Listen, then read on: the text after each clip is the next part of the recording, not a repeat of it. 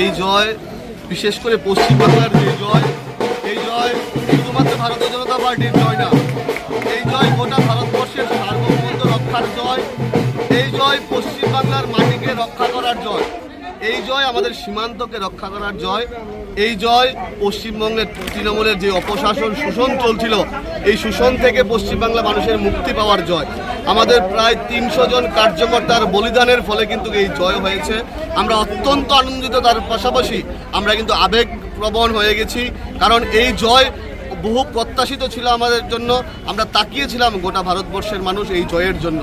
বিশেষ করে আমরা পশ্চিমবাংলাতে ত্রিপুরার অনেকজন নেতৃত্ব, আমাদের বিপ্লব কুমার দেব যিনি প্রাক্তন মুখ্যমন্ত্রী আছেন, এই রাজ্যের মুক্তির মহানায়ক, ওনার নেতৃত্বে গিয়ে আমরা কাজ করেছি এবং যেখানে যেখানে আমরা কাজ করেছি প্রত্যেকটা জায়গায় ভারতীয় জনতা পার্টি খুব ভালো রেজাল্ট করেছে। এতে কিন্তু আমরা সবাই উৎফুল্লিত, আনন্দিত।